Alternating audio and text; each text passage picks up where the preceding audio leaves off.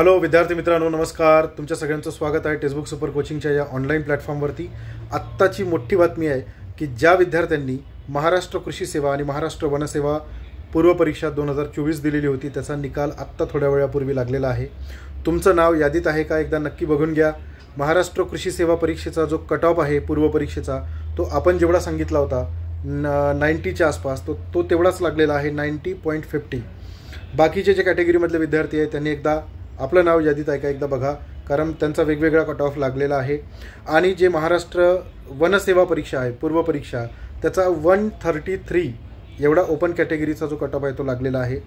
या सगळ्या रिझल्टमध्ये तुम्ही कुठल्या कॅटेगरीमध्ये बसता आणि त्या कॅटेगरीनुसार वेगवेगळा जो कट ऑफ आहे तो लागला आहे त्यात तुमचं नाव आहे का हे एकदा लगेच चेक करून घ्या.